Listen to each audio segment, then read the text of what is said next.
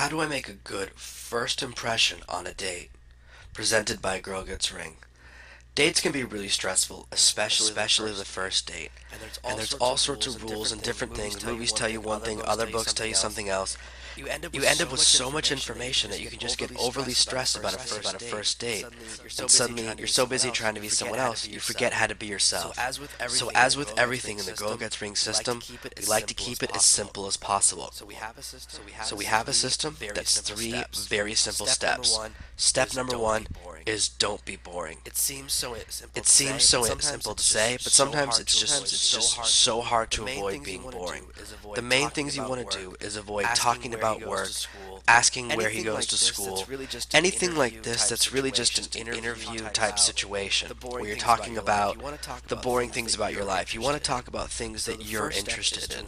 So the first step is to avoid talking about your job, about where you grew up, in a really boring interview type way. Don't imagine that you're at a job interview. You're not. You're in a social situation, and you really want to connect on a deeper level. And just as important, don't ask boring questions. So often when we have boring dates, we don't realize that it's our own fault.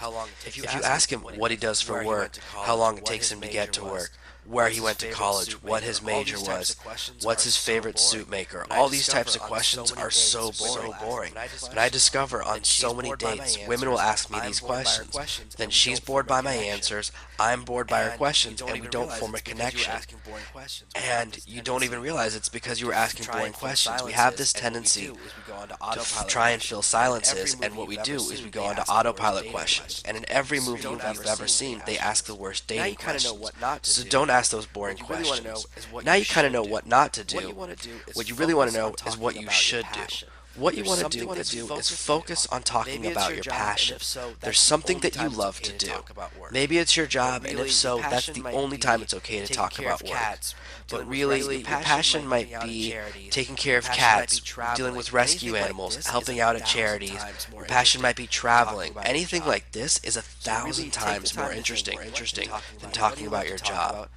So really take the time to think, what do you love to do? What do you love to talk about? What do you talk about with your friends when you're really excited and having a good time and being interested?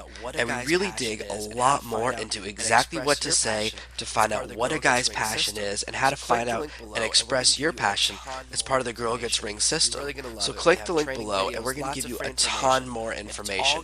You're really going to love it. We have training videos, lots of free information, and it's all going to help you learn more and more ways to improve your dating life, connect with the guys you're dating, connect with the man you're with right now, take yourself from single all the way to engaged, and even how to connect with new guys.